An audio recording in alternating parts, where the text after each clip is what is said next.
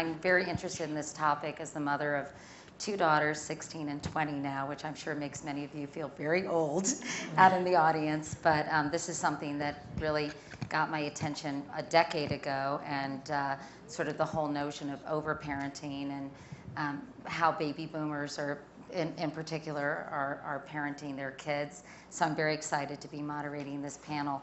I did a panel, I think it was yesterday morning, with Anne-Marie Slaughter about can women really have it all. And I made this pronouncement. I said I thought overparenting was gross. It was very articulate, and it got picked up in the Twitter sphere. So I'd like to just preface this conversation by saying that I'm often guilty of overparenting myself. So I'm not preaching, and I'm not being holier than thou tonight. But first, I wanted to ask the basic question is, when we talk about overparenting, what does that mean exactly to each of you? Madeline, why don't you start? I think of overparenting as having three components. So when you do something your child can already do, you've overparented because you've taken away the opportunity to do something the child's capable of. That means he feels confident. That means he has true self-esteem, not this sort of bastardized idea of self-esteem. So don't do what your kid can already do, and don't do what is just outside of your kid's area of expertise. We call it the zone of proximal learning, because that's where a kid pushes themselves a little bit, and if you need to step in, if they can't get it, you can step in, but let them have a shot at it.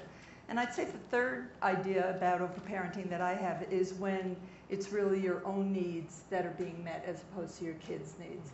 And I asked Katie if it was okay to tell you this very quick story. So sitting in my office, and I've got a dad and a very bright son sitting in the office with me, and the kid is trying to decide where to go to college. And he's really smart. He's going to a top-tier school, and he's listing all the schools that he's interested in, and he's leaving out the Ivy League. It's kind of noticeable. And finally he says, well, and maybe Harvard. And the dad jumps off the couch and says, I would give my left testicle to get my son into Harvard. and that's an example of, that's the father's need. The kid has his own developmental needs of growing up and going to school and figuring out who he is. He doesn't have to worry about his father's gonads. So when you find yourself sort of putting your own stuff in as opposed to really listening to your kid, that's overparenting too. My triarchic theory of overparenting. I agree with everything Madeline said, and overparenting really comes from a place of anxiety. I like this father with his testicle. And an example of it, I think sometimes it's easier to describe with example, is, so I wrote this article called How to Land Your Kid in Therapy, Why Our Obsession with Our Kids' Happiness May Be Dooming Them to Unhappy Adulthoods for the Atlantic. And one of the examples in that piece was a preschool teacher that I interviewed said, the parents are the ones who are so anxious. So a kid comes into preschool, the parents are signing the kid in, kid runs over to the sandbox, picks out a dump truck that he likes, the other kid in the sandbox grabs it from him. They kind of, have a little back and forth over the dump truck. The kid finally gives him like this other crappy truck and says, no, this one's for you. And so the mother has a fit over this. Mother's like, that's not fair. The good one was his. And the preschool teacher has to kind of talk the mom down not to go over there and try to orchestrate this thing between the kids. Well, that's what overparenting is, what Madeline said. The kids could handle it. The kid was resilient. The kid was flexible. The mother was not. Yeah, actually, I agree with everything that's been said already, and I would only add a couple of maybe refinements of that. One would be that that kind of interfering or running interference deprives kids of learning from their direct experience. They're learning instead some kind of distraction, and that distraction might be the parent running interference in a situation in school. It might be what I call drunk praise, where the parent says, great job, that was terrific, when it really wasn't, or that's just a statement for filling space. And when you take in a lot of junk praise, you want more junk praise. It's like junk food. And so you can build a kind of an atmosphere of interfering with the child being able to concentrate by doing this kind of junk praise. I have my own little story to tell, which is a very good example from my side of the where I live in Vermont. So I get a call from a woman who's a nurse and obviously feeling kind of desperate about her son. And she says, you know, I've read your book and I'd like to come in and talk to you about my son because I'd like him to see you in therapy. And so I say, well, how old is he? 39. I say, you know, I expect he probably could call me himself and probably could come in and talk to me. And she said, well, she said, you know, I think I need to come in and kind of set it up and tell you what's going on.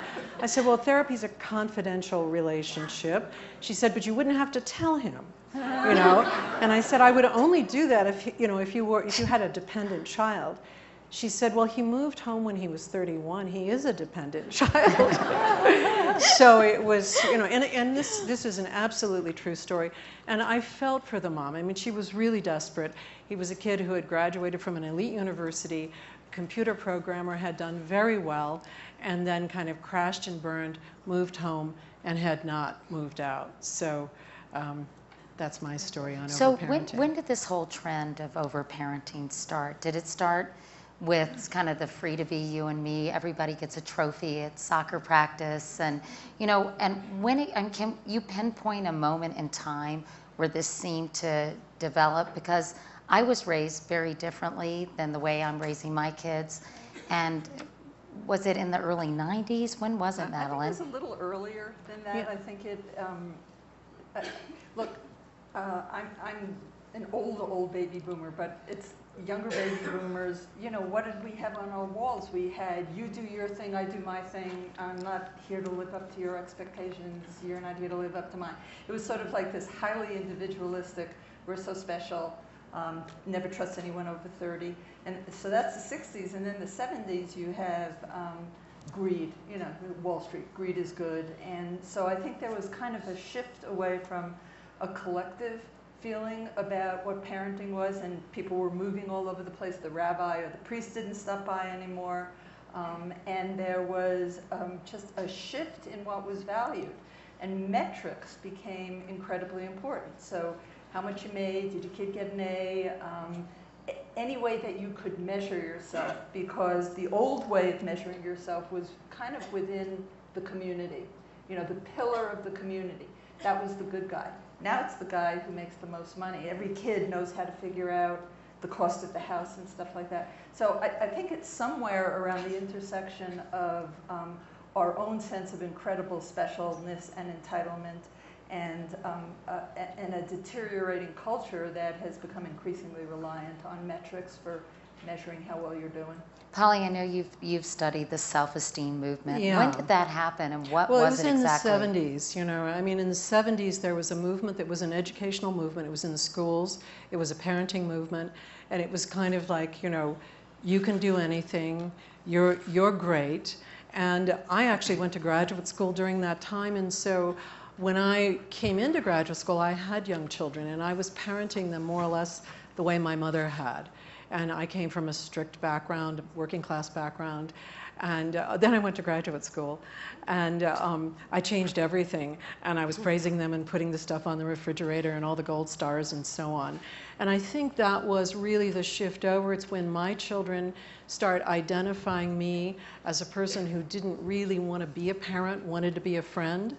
And I think there was that kind of shift in the culture. By the way, I think all of this is really cultural. I don't think there's any blame for it. I don't think there's any reason why parents should feel ashamed or sort of self-conscious about it, because we did it together and we did it for good reasons. And I also think what was happening there in the 70s was the baby boomers' you know, desire to correct what happened in our childhood, where we weren't mirrored and we weren't seen, and we wanted so much to raise a child who would be like a perfect flower, would just open up and, you know, bring sunshine to the world. And it just worked out to be quite the opposite, actually. But that movement then kind of segued into the things that Madeline was talking about in terms of other effects in the culture. And then I think to top it off, one of the things that I've observed is that we're sort of short on miracles in this culture. And so childbirth, having a child, and raising a child has become the biggest miracle. And so people are investing in their children as though they were God. You know, I mean, this is the miracle. And this, I think, is a fairly recent thing, that particular, the miracle aspect. Right. Which, and we'll talk about sort of how this has been manifested more, but you guys have some funny stories. I mean, I gave the graduation address at UVA this year, and I talked about the fact that Teresa Sullivan, the reinstated president of UVA, told me a story about how a kid who graduated from the Darden School of Business went on a job interview and brought his mother with him. Yeah. So, I mean, obviously, you have all sorts of stories.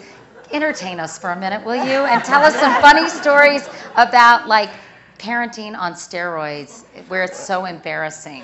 Well, you do know that it's confidential, well, you don't have to give any names. In this room. Lori? Well, I mean, these are some things through my reporting as opposed to my therapy practice, so not confidential. There's a school in Los Angeles where one parent complained to the head of school that the kids were getting the comments on their papers in red pen, and apparently this was very traumatizing to this person's child. The red was, felt very uncomfortable for this child, and asked if the comments would not be in red. And at the same school, the headmaster was asked if when a kid got a boo-boo, if in pre-K or K, if they could use red washcloths so that the kids would not have to see their blood on the washcloth. Red is a big theme here. And there's a red theme with this, and those were different parents, by the way. But I think that speaks to the kind of anxiety that, should our kids experience any kind of discomfort, that we're going to go in and solve the problem. And kids who have their problems solved for them don't believe that they can solve problems. And the truth is they can't. They have no experience solving problems because mom and dad have always fixed it. Why do you think baby boomers in particular are living so vicariously through their kids and can't seem to tolerate their kids' unhappiness? I mean, what is it about this particular segment of the population that we're seeing this so prevalent in? What do you consider to be a baby boomer? Because I think there are people younger than that who are parents. Well, I'm 55, so I'm kind of on the, sorry, Madeline, the baby boomers. So what is it? I forget the actual age span, but what is it, like 50? Sorry? 1946. To 64? Is it to 64? No I think it's like to 60, right? Yeah. So there are parents out there who are younger. 46 to what? Than baby boomers, and I don't 64? know. 64? Lori is. Oh, those are really young baby boomers. Okay.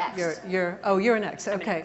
So yeah. But I think a lot of parents are afraid of having their kids not like them, which is a big thing. They don't want their kids to feel like they're like the mean parent.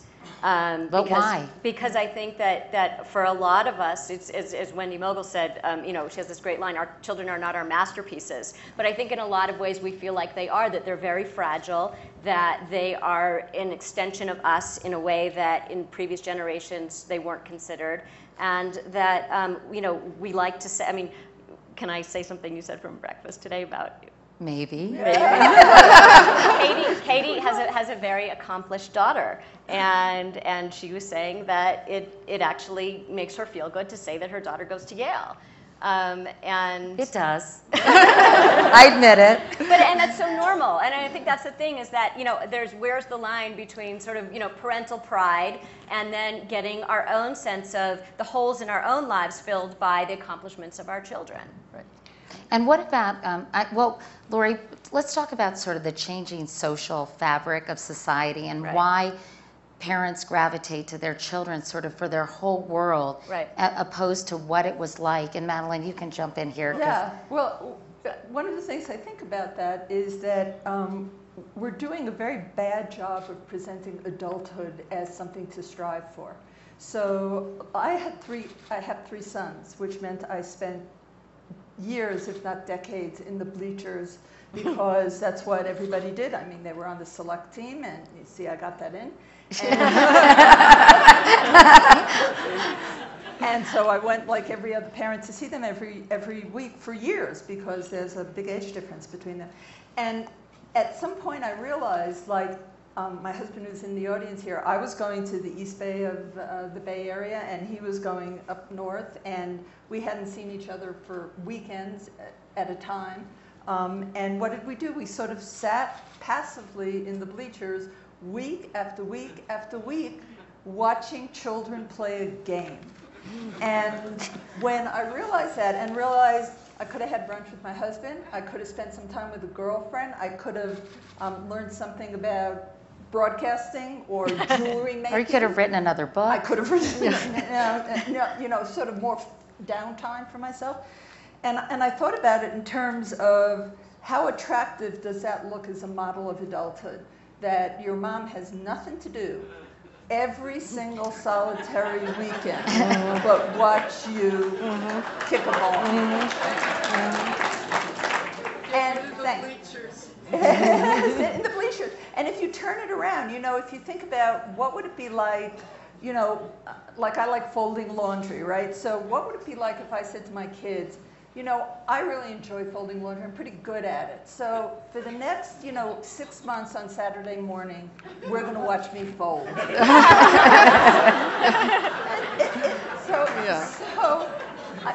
We've lost the sense of, I think, what it means to be an adult and have adult pursuits, because we're so terrified that if we take a minute off, our kid will not have the leg up that they would have had if we were on constant observation of them. And it's a big mistake.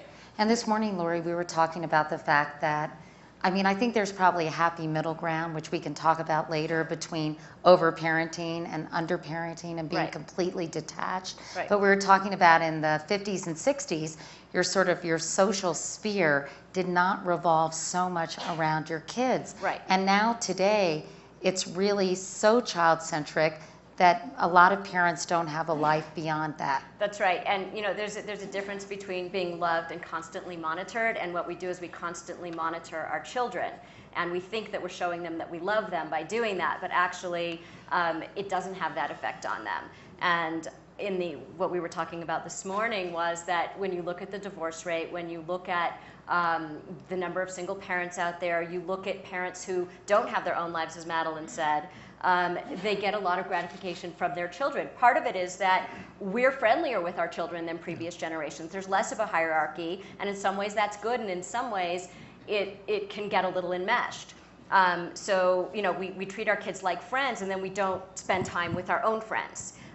We enjoy their company, which is nice, but if we depend on their company, that's maybe where we're crossing a line. A long time ago, Freud wrote an essay called On Narcissism, and it starts out saying that parental love is fundamentally narcissistic. That seems to be a surprise to people these days. They think of it as a selfless love, like I'm giving my selfless love to someone. Actually, what you're doing is you're sort of producing an extension of yourself that you don't feel bad boasting about, And so there's this way in which you can indulge your boastfulness about this extension of yourself, and you don't seem to be boasting about yourself. And I think there's a kind of cultural setup about that now that makes it, I have been sitting back, not saying anything about my children, and I have also a grandson who is really great, but I've worked hard not to say that in ways that I think are, not useful. It's like we don't think about the words we use often in conversation about our children. We probably do think carefully about ourselves, because it would be embarrassing to boast about yourself, how great you are at folding laundry. You don't think other people would like to hear that. When you look at Facebook and people are posting what they post about their children, and that's where you can see what Polly's talking about, which by the way I've done too. Look at my son doing this. But you see these my child, this is not me, by the way, but you'd see people who would post things like, look at my child at the science fair who won this, or look at my child playing the violin at age 4, whatever it is. And then how many likes do you get? And then we get a little narcissistic hit from all the little likes that, or all the comments that people make, because it is a reflection on us. And if you look at the posts on Facebook and you look at how many people, do you really want to if you went to your friend's house in the old days and they got out the photo albums and they started flipping through all these albums and showing you the videos of their kids and all of that, you would think these people are narcissists. They're crazy. What are they doing? But that's what people are doing on Facebook every day. Well, how much have real world problems fed into this? Because I've sort of thought about, what's happening externally that's creating this problem. And, I think about sort of the safety and security issues of raising kids today. I used to ride my banana seeder all over Arlington, Virginia for hours and hours and hours when I was a kid. And my parents were like, whatever.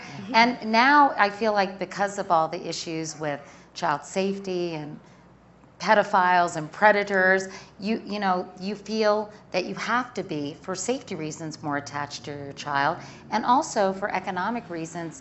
I think we've heard so many times that our kids are going to be less well off than their parents' generation. So you feel, gosh, I have to make sure my kid can compete in the future, so I have to give him or her every possible advantage. So aren't there a lot of external factors for creating this anxiety that makes people overparent? But one of the really interesting issues that you just raised was it felt safe for you back then. It's actually safer now. It is safer. So the observation that there's pedophiles out there and there's things to be afraid of, frankly, it's the news that brings that to us 24 hours a day that makes people feel. Don't look at me when you say that, Madeline. That makes That's cable news. Yeah. That's Fox. But well, maybe it's also the anxiety that the parent feels that is so much. My parents knew that there were things that weren't safe, but they weren't constantly focused on that. They were focused on their own lives and their whatever they were about. So it is the fact that it's safer now. Right, but go ahead. Well, your kid has, statistically, your kid has more of a chance of being injured in a car that you are driving, that you are actually, driving your child, than, having one of these other terrible things befall them. But I think that because we're on the internet all the time, because we're watching the news 24 hours a day, all of those things, we feel like it's everywhere. And so, it makes sense that we want to protect our kids. But the other part of it is we don't have the community protecting us in the same way. So we're very individualistic now in terms of the way we raise our children. The kids are not going out to play in the neighborhood. We don't have, because in many households, two parents are working. We don't have sort of the moms talking over the fence and that kid down the street and you'll protect him because all the moms kind of know all the kids in the neighborhood. So we don't feel like we have that supervision that we had. What about the economy, Madeline? We were talking about that this morning too, this sort of feeling that, oh my God, my kid's got to compete. We're losing, the race and global competition, and the job market is so, jobs are so scarce. I have to make sure my child achieves. Right, so everybody's concerned about their child being able to support themselves and get a job, and actually we're doing the exact things that would get in the way of our children being successful that way. And I think I told you I was on a panel with one of the chief engineers of NASA, and he was quite forthcoming about his three groups of engineers, which were Asian engineers, Indian engineers, and American engineers. And so I said, the obvious question, which is like, are we really falling behind? Are our skills not as great? And he said, it has nothing to do with our skills. Our skills are every bit as good as other nations. What we don't have are the kind of 21st century skills that are mandatory. American kids aren't collaborating. American kids aren't as motivated. They're the first ones knocking on the door saying, I've been here 3 months, where's my pay raise? They're the first ones who say, I can't solve the problem, whereas other kids just will stay all night long if it takes staying all night long. So I think every time we step in unnecessarily, every time we don't allow our kids to have unstructured play, every time we don't allow them to experience what I call an unsuccessful failure, every one of us, is my guess, has been guilty of bringing up the lost homework, right? Has anybody here never brought up the homework not left? I mean, I have, so, I assume most of you have. In fact, that would be a successful failure. A 10-year-old can cope with the anxiety that comes with, oh my God, Ma, I don't have my homework. You'll live, and then the kid has to figure that out for themselves. And we're getting in the way of all those kinds of things that we call, at the end of the day, resilience. And that's what creativity, resilience, collaboration, motivation, that's the whole ball of wax that everybody's talking about. The only other thing I'd want to say about that, Katie, is I've been a psychologist for almost 35 years. This idea that our kids should do as well as us, I can't say that affluent people are a particularly happy group of people. I can't say that they're a particularly unhappy group of people, but this idea that your kid has to, you know, the American story is every generation does better, right? Well, this generation may not. And the question is, so what? Because you need, thank you, scattered. You make $70,000 or more, that makes a difference. You make $700 million, it doesn't make much of a difference. Yeah. The issue about happiness kind of enters into all of this, you know. I mean, I think that parents want their children to do well because they assume that that will increase their happiness, that somehow their sense of satisfaction in life will be deepened. And I have a little story to tell about somebody who came to see me in therapy, somebody I called Jason in the book. He was 24 years old in Vermont just for the summer because he was working with a landscape architect. He had graduated from an elite university. He's very, very good looking, had a family name that you'd recognize, and he'd spent a year abroad in China. All these things are sort of requisite these days, I think, for a certain kind of young person. And he called me up and he said that he wanted to see a Jungian analyst. And he was a young man, and I said, okay, I am one. And he said, okay, can I come in and see you? So he came in. Turned out he majored in economics, so he was pretty naive about therapy. And so he didn't present his story in a way that was very glossed over. So he sat down across from me and he said, I suffer from feelings of superiority. Now, nobody had ever said that to me in therapy. And I said, well, tell me more. And he said, you know, I have noticed that when I meet somebody, at first I'm interested in them, at first I'm interested in getting to know them, and, you know, I find them attractive or I find them, you know, engaging. And then some period of time passes and I begin to deconstruct them. And I see every way that they're not as good looking as I am, as intelligent, as well educated. They don't have this, they don't have that. And he said inside of 2 months, they're empty. And I throw them away. And he said, because of that, I have decided that I cannot even meet people socially. I don't go out anymore. So he was feeling ashamed. He was trying to hang back, cover up this feeling of superiority after all of this privilege. Now, he was one of the reasons I decided to write the book. I mean, I did end up seeing him in therapy. His suffering was tremendous. His parents would not have understood. He was his mother's favorite. So, you know, in a certain sort of way, he's a good example of somebody who everybody wanted to do well. You know, his family wanted him to do well. And over time, I've come to know that he became a therapist. He went through law school, and then, yeah, and he went through law school, and it didn't work. He tried to do a rock band, and that didn't work. So he's become a therapist. And I think now he's relatively happy because he's dealing with the suffering of life.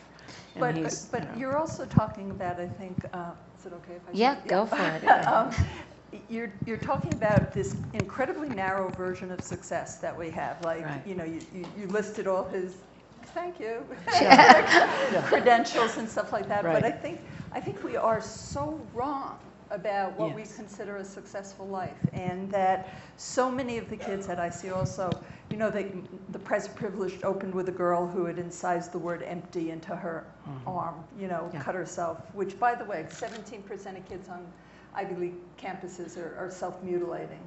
So Yeah. there is a absolute epidemic of kids who are having really significant problems. High school girls, 25% are clinically depressed. 25% of kids on college campuses are not substance users, but substance abusers.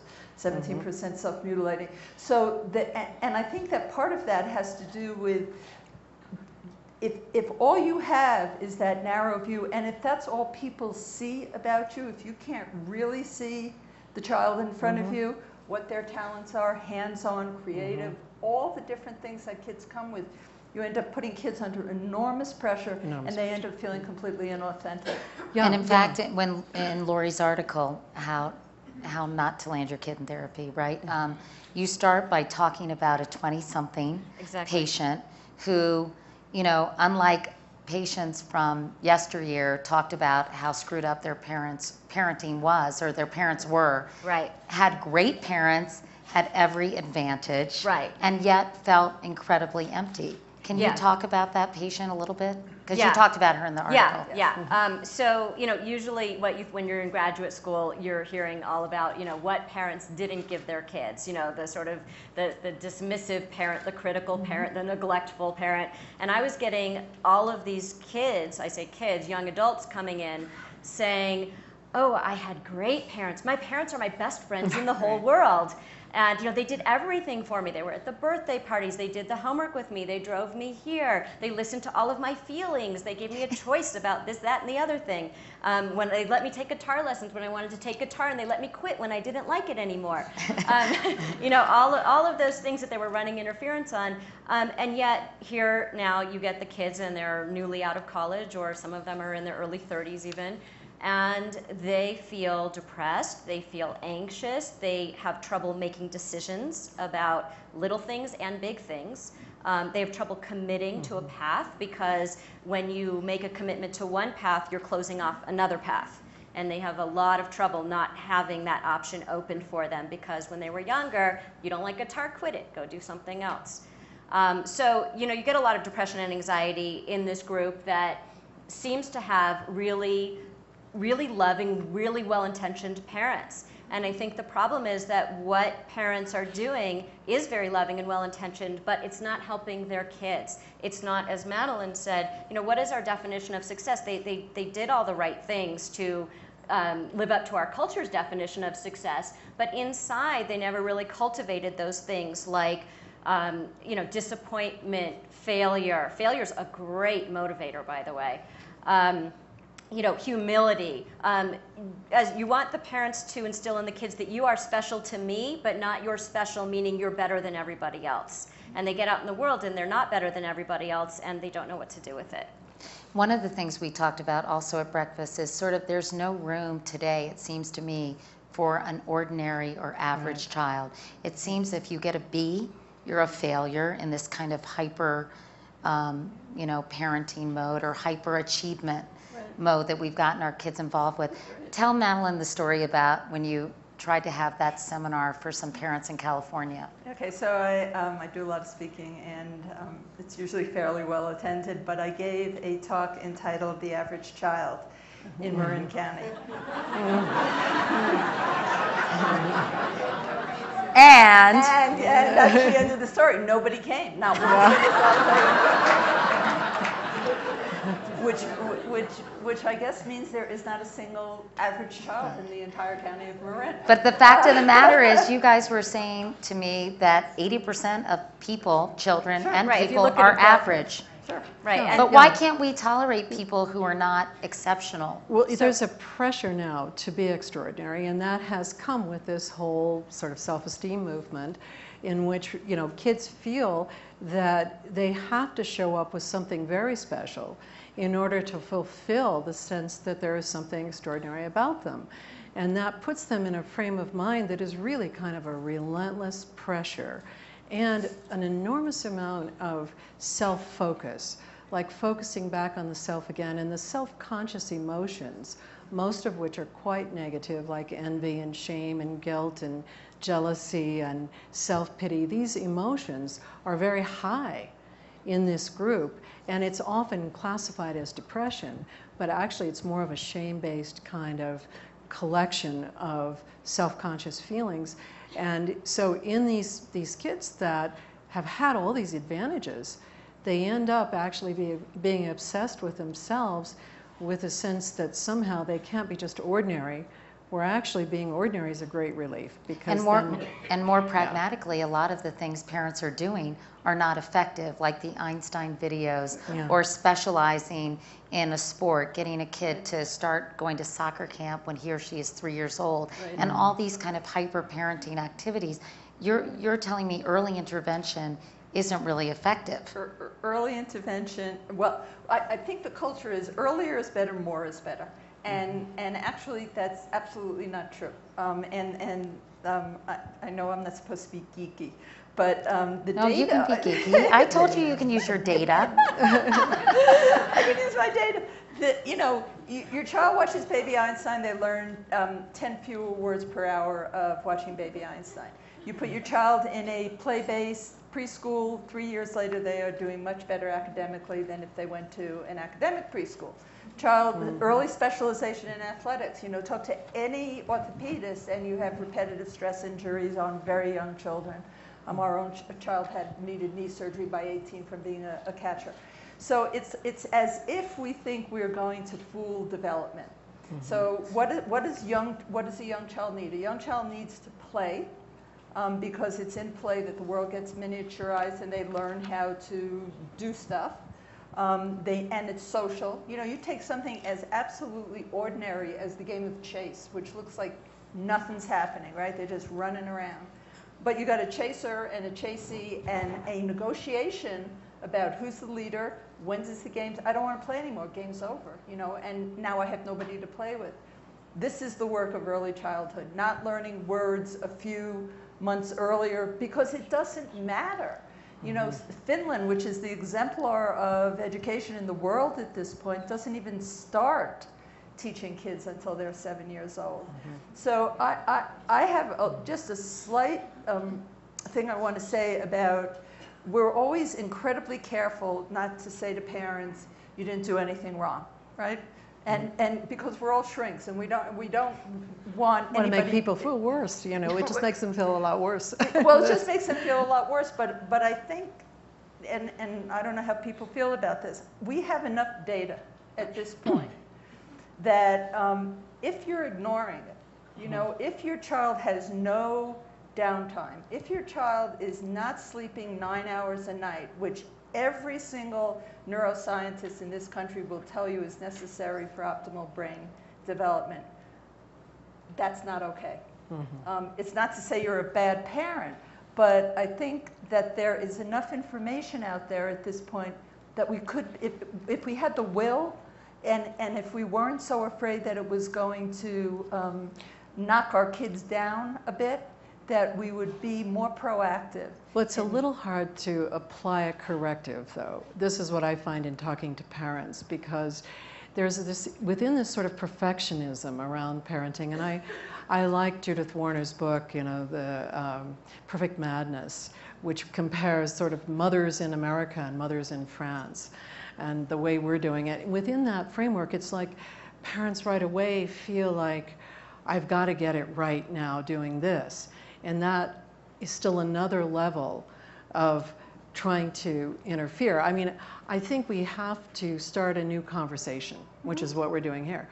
Bring in the kind of information and then see what we can do to muddle through to change the culture without making anybody feel too bad about what, because everybody's trying to do their best. One thing I think is important to point out, because when I saw Race to Nowhere, I was really, which is sort of about homework and the pressure kids face today, I wanted to know if these were just problems that were particular to a specific socioeconomic level.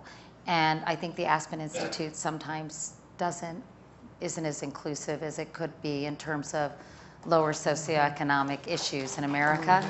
And so this really does transcend class, because a lot of parents from all different income levels are putting this kind of pressure on kids. Is that right? And also, the other side of the coin is there's the earlier, more, better that Madeline was talking about, but there's also the parents who are redshirting their kids, which means that they're waiting an extra year before they send them to kindergarten so that they will be a year older and that they will have a competitive advantage over the other kids in the class. They say that it's because, my child just needs more social growth. But what do you do with the parents when we're talking about socioeconomics? That's something that you have to be able to afford, first of all. So you can't redshirt a kid if the kid is kindergarten age, and what are you going to do? Pay another whatever you're paying for childcare for that year, because that's an entire year of expenses? Well, a lot of families don't have that. So it's kind of a a high-class problem. But again, it's because of the edge. And so this never happened. When you were 5, you went to kindergarten. Now we have 7-year-old people turning 7 in kindergarten, and they're this tall, and nobody thinks that's ridiculous. The other thing I wanted to say is that about this average idea is that a lot of psychologists nowadays are getting kids sent to them. It used to be that when kids were sent to a psychologist by the school, it was kind of, it was something that the psychologist was probably going to have to give some bad news, like your child has a learning disability or something like that. Now, that is what the parents want to hear. They want to hear your child is dyslexic, your child has sensory processing disorder, whatever it is, your child is a visual learner but not a spatial learner, whatever it is, because that explains the B+. Yeah. That explains why your kid is average, even though B+ is above average technically. But that helps them feel okay about the fact that their child is not the star of the class. So if they can get this label, then it helps them. And psychologists are really flummoxed by this, because why do parents want their kids to have this label? Why is it something that kids are, that parents are hoping for? And it's again because it says that their kids are not way above average, and they can't accept that that's just what it is. But I think Katie's point, and I think it's a really important one, is we're talking about issues that affect an incredibly narrow part of society in terms of having the time and the resources and all of that. However, it's also true that we did a study at Stanford and looked at anxiety levels around kids taking multiple AP courses and kids trying to pass the high school exit exam, and the level of stress was equivalent. And so the stress is going on. The resources that people have are very different, but the level of stress at school, which was never the number one stressor as long as I've been a shrink in a child's life. It was always, think back to your own adolescence. What was your stressor? It was, my parents are throwing pots at each other, or my friend didn't let me sit at the lunch table. That's exactly right. Yeah. But now the number one stressor, regardless of SES, is school. But even so, when you look at mainstream magazines like Parents Magazine, Parenting Magazine, when you look at the cover stories nowadays, there are things like boost your newborn's brain. And that was not on the cover of parenting magazines when I was a baby, because my mother had different parenting magazines. So I think that it's all focused on achievement and success. And again, as Madeline said, and Polly too, this very narrow definition of what are we trying to do as parents with our children. And that's where the overparenting comes from. So what are the ramifications of this? We raise these kids. They get to be in their 20s, so they seem to have a tendency towards depression or emptiness or kind of no sense of purpose, right? Because they haven't developed these coping skills, yet they feel entitled, which is a bad combo, as we discussed. So what is happening to these kids, and what is happening more macrocosmically in terms of global competition? I think it's behind the childhood obesity crisis, because we've become short order cooks and given our kids whatever they'll eat instead of what my mom did was, you're eating your peas or you're not leaving the table. Instead we're like saying, oh, we want pasta with butter? Let me fix that for you. You don't have to eat what I've already prepared. I mean, so what is it doing for them personally, and also what is it doing to the country at large? I think that the big question is sort of what is it doing for them in terms of their internal world. So we can talk about, what does it do for them? Can they choose a career? Can they succeed in all these other ways? But I think where it hurts them the most is in their interpersonal relationships. I think that when we say we want our kids to be happy, we assume that they're going to have a fulfilling relationship. We assume that they're going to have a nice group of friends that they can count on and get support from. But if they don't have the tools for that, because we've been so focused on these other things, they're really going to suffer in this what really are the most important realms of life. Well, and they suffer a lot in character development, in lying and cheating and stealing and not knowing what's wrong with that, because that seems to them to be a kind of victimless crime, because there isn't an understanding of the social fabric. Like, I part-time I consult to a military university, and they have a very strong honor code. And it's kind of interesting as a Buddhist to be consulting to a military university, because I've learned a lot.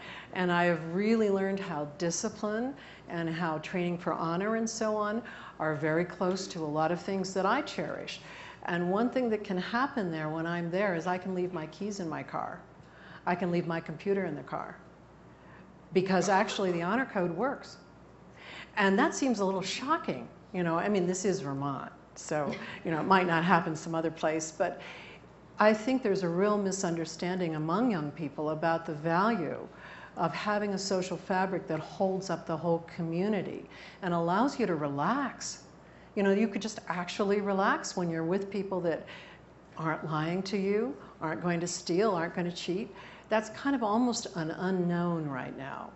Nobody believes it, you know, that it could be possible. And all of the research on ethics and values in young people show this trend and that it's developing among all social classes. And so, you know, in a part that might also be related to the fact that, you know, where the churches and synagogues used to be, they're shopping malls.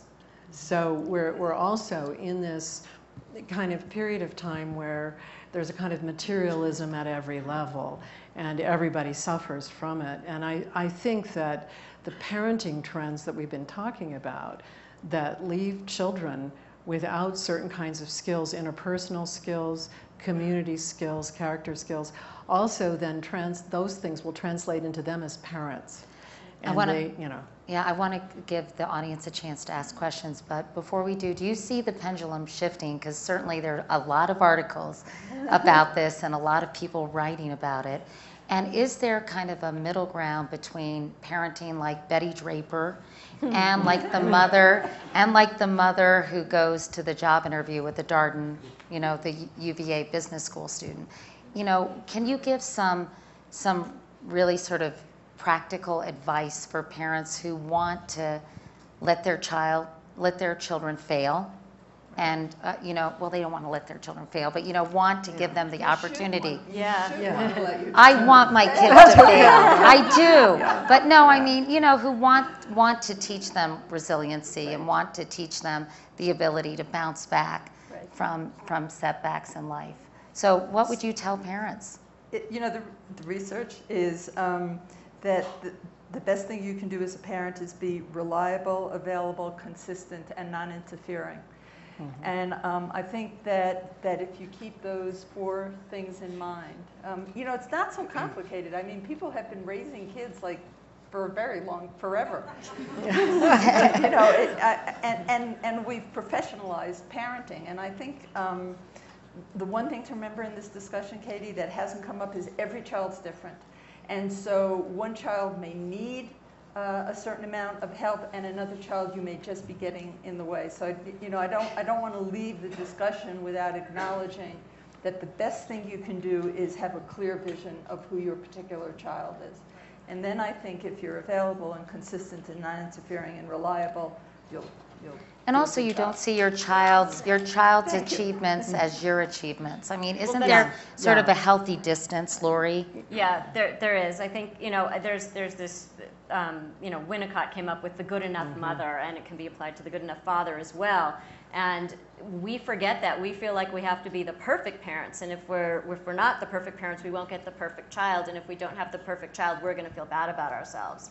And so I think we have to remember, as Madeline said, it's not as complicated as we're making it, that you know, the good enough parent is actually really good for your child as well as really good for you. And the other thing I wanted to say is, it's kind of like building up your child's immune system as a parent. So if you never expose them to any germs, like failures as a germ, or, you know, disappointment, or the kid doesn't, you know, the friend kicks them out of the clique, or, you know, whatever happens, and you don't, you know, give them an opportunity to be exposed to those germs, then when they are in college or when they are 23 years old, and this is a true story, a friend of mine who's a producer on the Today Show said, you know, a new person was hired, 23 years old, right out of college, and he said, we need this thing right now, we're going live, and she said, oh, just a minute, I'm checking my BlackBerry.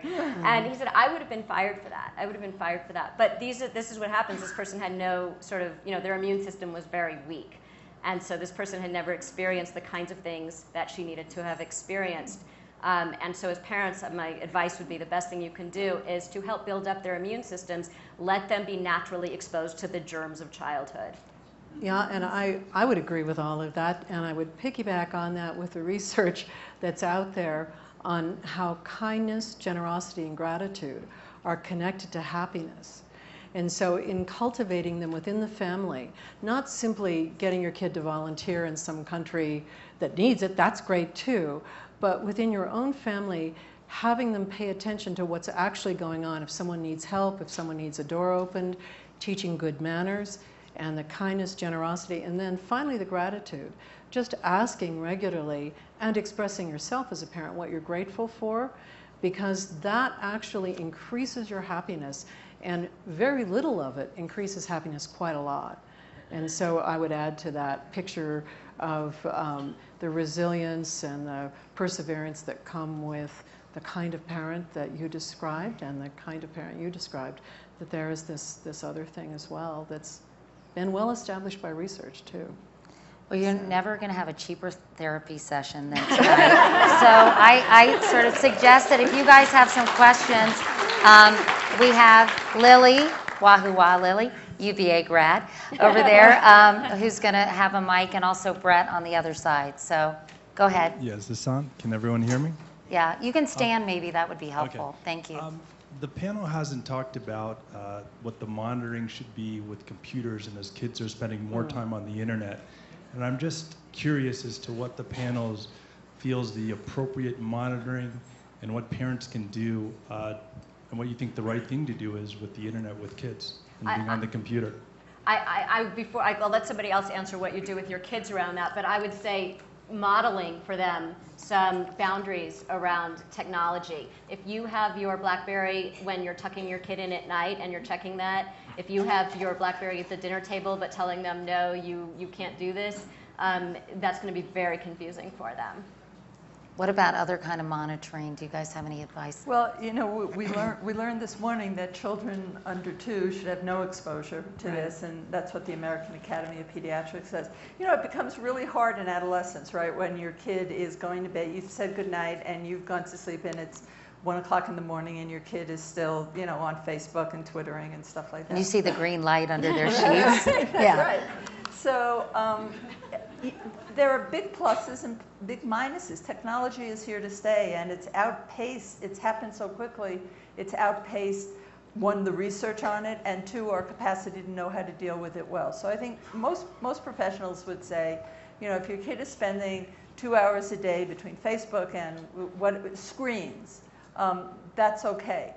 But if at the point where it starts to squeeze out real life, it becomes problematic. So last year at NYU, for the first time, they did in orientation something called virtual Facebook. And that was because they had so many kids who felt that they didn't know how to poke somebody in real life, which would be looking at you and saying, you know, thanks for your question. So when it starts, you know, when your kid is doing 3 and 4 and 5 hours, and particularly around what we know is particularly around aggressive games for aggressive boys, that's a really kind of toxic combination. But it's also like the corner store for kids. It's where they hang out. It's part of their culture. I think it's when it starts to interfere with other activities, particularly social activities, that you need to come in. And parents come in all the time and say, well, what can I do? Well, take the plug out. You know, really, it's not rocket science. So you have to, you know, and that's back to tolerating the kid going, you're the worst mother in the world. And you go, okay, so I am. You know? Right. Okay, I think there's another question. Lily, yeah. Go ahead, sorry.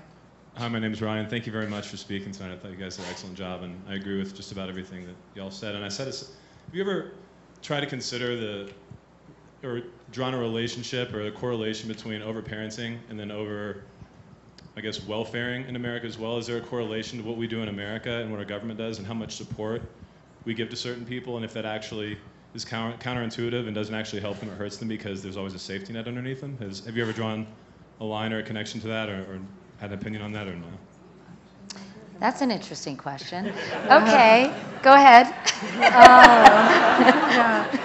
I'll say this. I think that when it comes, now this is my view. It's, you know, this is the Aspen Institute, but this is my own view. If we really want an educated, well-functioning citizenry, we do need to support it, and it needs to have the underlying foundation for everybody to have education, to have proper health care. Otherwise, you cannot have an individual who functions well. And so I don't see us in any way as a culture overdoing that piece of it. You know, I think we're underdoing it. It was interesting when Lori's article came out in The Atlantic. I thought it was really interesting, and I tweeted it. And I thought one of the most interesting responses was, isn't underparenting in America a bigger problem than overparenting? Mm. So, I mean, what do you think of that comment? I mean, wouldn't you say? I think there's a lot of validity to that. You know, I mean, I think that what striking a balance in parenting is something that as a country we struggle with, because we have these two extremes. But it's very hard for us to find the middle. On the one hand, it's people who, you know, need to be educated about it and can have choice about it, which is all of us here. And then on the other hand, it's people who don't have the resources. And so that's a different problem. And while the anxiety level, you know, Madeline, may exist across socioeconomic lines, there's certainly so many children in poverty who don't have the benefit of really any kind of adequate parenting. Absolutely. So that's important to point out. Okay, anyone else have a question? Hi. Hi, how are you? Good, how are I'm you? the perfect storm for all three of your couches, because I'm a boomer, and the last time I saw Katie was at the 2002 Olympics when my son won a medal. And came in. And you just had to get that in, didn't you? That was a great segue. I can't resist it. And What was it in, by the way? parallel giant slalom snowboard racing. Wow, impressive. There you go. Okay. Anyway, the point is, and I'm in a position of incredible responsibility, and that is I'm a public school college counselor. And I want to propose a position for parents that I'm working with, and I would like your comments on it. And it's the parenting paradigm shift from true parenting of my parents' generation, the cross between Great Santini and Frankenstein, and the new parenting, which is that juxtaposition of over and under parenting. To parent as a partner. Around 16, 17, 18, I asked my kids at the public school to ask their parents into this process of post-secondary option exploration to come in as partners. After all, the parents are paying for it. The parents have to be consulted. It has a huge impact on the family. And I'm asking for your comments on, is there a way for parents to re-enter the conversation as perhaps a partner in a process rather than the authoritative figure or the authority or the expert on it? Can I just ask you a quick question? When you ask parents to get involved, what's the response? Many of them are here tonight. Parents? Oh. They come Awkward. No, it's not awkward. These parents are great partners to their kids, and I think they do make the shift. And I'm thinking it's a prescription that does work when it's invited by the kids to come into the process as partners. There's a new relationship. There's a conversation on equal ground of what does this mean to the family if I pick Yale over Colorado Mountain College here? What does it mean? There's a new grounding and a new conversation that takes place. And I would just like to think there's some ground between over and under that's called the partnership parenting at a certain age. Certainly not at 4, you're going to negotiate with them as a partner. But is there a place in your consultation model that allows parents back in as partners? I think part of the reason that kids might be reluctant to bring their parents in is that they're at that developmental stage where they're trying to establish themselves and their sense of separation and individuation from their parents. And what they're concerned about is that while I think they do value their parents' input, but they don't want to get kind of stuck by what their parents want. They don't want that to override their own desires. They want to be heard. And part of them is afraid that that might happen. Right. I mean, I think the biggest message around college is that college is a fit, not a prize, right? It's over my door. So a lot of scattered applause here. I can't quite read it.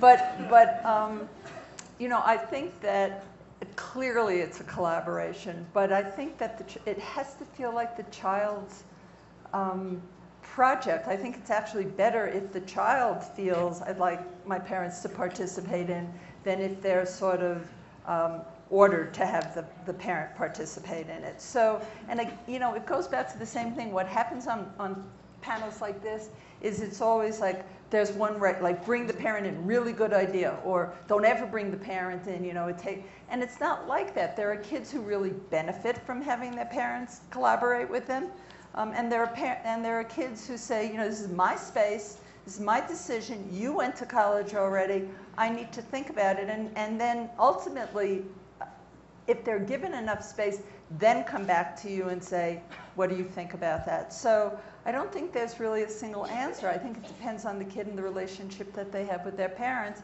But I completely agree with you. Developmentally, it's the developmental stage of independence. And so the kid has to feel like they own that decision. And that it's not the residue of a parent's disappointment. They never got into Yale, the family got divorced, or all the brothers. I've had a father where all the kids went except the one father who didn't get in. And God damn it, his kid was going to Yale to make up for his disappointment in life. And I think kids are really very sensitive to that. So I think ideally you let them lead. And encourage a collaboration. And I always say not getting into your first choice is a really good thing, because it was the best thing that ever happened to me. My sisters both went to Smith. They love sisters at Smith. And I got flat out rejected, not even waiting listed. It was devastating, but it worked out. So I always tell people, it's okay if you don't, and my parents they didn't care one way or the other, by the way. So they were happy to send me in-state. Well, I wanted to come back to something that she said, because I understood her differently than anyone else did here. I understood you as saying you wanted to bring the family together so that the question about college could be a kind of communal question, where people could look at the bigger picture of what it's going to cost the family, what it's going to mean to each member of the family. And so it doesn't end up simply being, here I am wanting to go to Yale, and I don't care about what it means to the rest of my family. And this is the kind of thing that I think is a very good beginning process to introduce the idea back that you become a member of a family by having responsibilities to that family, but also, not by being born into it. But also giving the child the real voice in the process. Well, yes, I think, giving the child the voice, but not the only voice. Right. I mean, I think we've got this idea now, if you're born into a family, you're in that family. There's never been a time historically where it was such a sort of economic and social disadvantage to have children. It exhausts people now. The whole reason for having children originally was that it actually perpetuated the life of the family. Yeah. Then it was a neutral, and now it's it exhausts the resources. Yeah, of it could the help. parents They could help on the farm. So I think she's saying let's come back to the table and look at the whole family, even in relation to one person wanting to go to Yale. And Yale is getting a really bad rap tonight, Well, I'd like to say. it's just because of thanks a your lot, daughter. Madeline. All right, I think we have time for maybe one more question. Can I say one thing about Yale? Yeah. Okay. Oh, God. I just want you to know, because we've done a lot of Yale talking today, that they did a study and they looked at kids who were accepted at Yale and those who went. Support us in making it less pressured, less difficult, as is the race to nowhere, which we alluded to earlier. I think it becomes very complicated. It's like two forces that aren't working together. I agree. Right. I mean, the idea of having my daughter sleep 9 hours a night is such a joke, because she's more self-motivated. I'm not saying study. She's feeling the internal pressure of competing with her classmates. So what am I supposed to say? Turn off the lights and go to sleep right now? Which I sometimes do, by the way. Because Madeline's going to say, yes, that's what you're supposed to do. That's a good idea. Well, she's older. I co-founded an organization called Challenge Success at Stanford. And one of the things we do is we're in about 100 schools in America. And we're trying to get the schools to take all these kinds of best practices, which we know. Like we know if you have 2 hours of homework, 2.5 hours of homework, you learn. And if you have more than that, in general, you degrade learning. Okay, so there's no point in doing 4 hours of homework. But you're exactly right. That's a real hot button issue in the schools, and you can't sleep if you have 4 hours of homework. And I think, frankly, that it takes, as Vicki, who's here, it takes sort of a groundswell of parents saying, enough. You know, that was this idea that parents and kids are equal participants is just wrong. There has always been a parent-child gradient because we've been alive longer and we know more and we're supposed to guide our children. And so to the extent to which parents in their communities get together and walk into the schools and say, I know you know that 4 hours of homework a night is not in my child's best interest. What are we going to do about it? And I think it really comes from, you know, I'll talk for moms. When they sprayed chemicals in my community, Alar on apples, every one of us was out with a sign saying, you know, don't poison our children. This is so much more toxic, what is going on now. And I think moms and dads and everybody has to get together and challenge it. It's like take back childhood, take back the night. I mean, we have to be active. But I also think that you can be active in your own home. So a lot of parents will say, well, my kid doesn't take no for an answer, or my teenager doesn't take no for an answer. And that's because you're not actually telling them no. Right. So there's a reason that they're not. It's like recently I was in a shoe store and with a little kid, and a mom, you know, was saying, I'm going to count to 3, and if you don't stop that, then, you know, we're going to leave right away, and you're not going to get any shoes. And so the mom goes, 1, 2.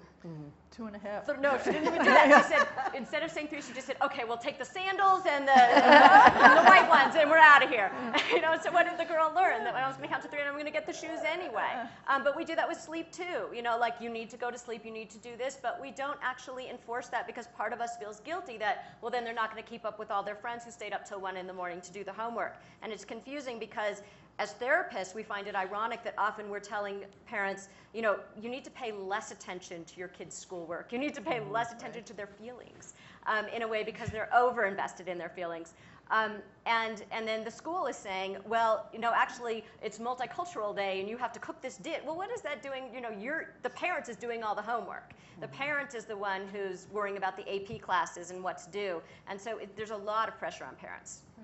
And also, you know, there may be some, to be real for a minute, there may be some disadvantages to telling your child, I'm sorry, honey, it's bedtime. You know, I just went to the Aspen Institute and I heard all these neuroscientists say you better go to sleep, right? So there may be a short-term decrement to that. But, you know, we think so short-term. It's like, what grade did you get this week? Or how'd you do at the end of the semester? Or how'd you do at graduation? What's your GPA? It's almost like a business model of, you know, what's the shareholder return at the end of the quarter. I think we have to think way further out than that. You know, my kids are 20 to 30 now, and I'm just starting to get a sense of what I did right and what I did wrong. And you want to look at success for your kid then, not whether or not, you know, they got a 3-1 instead of a 3-4 or a 4-1 in this group, you know, instead of a 4-4 on their tests. It's just way too short-term thinking. I think we have one more question. Oh, hi. I want to preface my question just by saying I believe in everything that you say, but I do want to ask what you all think parents are doing better or right now compared to, say, a generation ago with perhaps positive consequences for their children? That's a nice positive way to end this panel. Well, I think that parents actually understand a lot more about child development than they had previously, and there's a lot less harm being done in terms of, you know, treating children aggressively, isolating them, doing so many things that were developmentally wrong for them and mistimed. I think parents are interested in what is the timeliness of child development, how can you sort of cooperate with the natural developmental processes and strengthen those, even though some of the things that we've talked about in terms of over-parenting interfere with the natural processes. Still, I find parents interested in reading, interested in studying child development, and that there is a kind of a knowledge that we have of our children that was not there previously. And if we can combine it with the things that we're learning about really returning that sort of leadership authority role to the parent, working with the negative emotions so that we don't seem to want to scrape them away, because there really are more negative emotions in toto in life than positive ones. And so if you're trying to protect your child from feeling bad about something, this is not good preparation for life. But, you know, in the framework of understanding more about your child, using this kind of information, I think, would produce the kind of parenting that, you know, we'd really be sort of looking for and benefiting from as a culture, too. So I actually do find parents very, very motivated to understand. They're not necessarily motivated to short-circuit their own narcissism. That's the only problem. Lori? I think that what parents are doing really well is that they are enjoying their children in a new way, that they really delight in their children, and I think that that's really lovely, that they really enjoy spending time with their kids, they really enjoy having conversations with their kids, they really enjoy passing down stories and sharing moments with their kids that a lot of kids from previous generations didn't have. They don't have those memories with their parents. And I think when I see a lot of kids now who are in their 20s and 30s, especially maybe in the 15 to 25 group, a lot of their really nice experiences are how much they really know their parents, how much time their parents spent with them, not necessarily in you know, the actual increments of time, but how much they devoted to the time that they did spend together, that it was really joyful for both the child and the parent. Madeline? Yeah, I would agree with that a great deal. And I think communication is good. I think you know, in the old days, like, parents didn't really listen to kids, and I think parents now sometimes spend too much time listening to their kids, but that they know their children, and that they are interested in them, and that they have a kind of pleasure in their daily development, which is you know, wonderful and lovely, and I think that's a big positive. Well, ladies, Lori, Madeline, thank you all so much. Thank you. Thank you.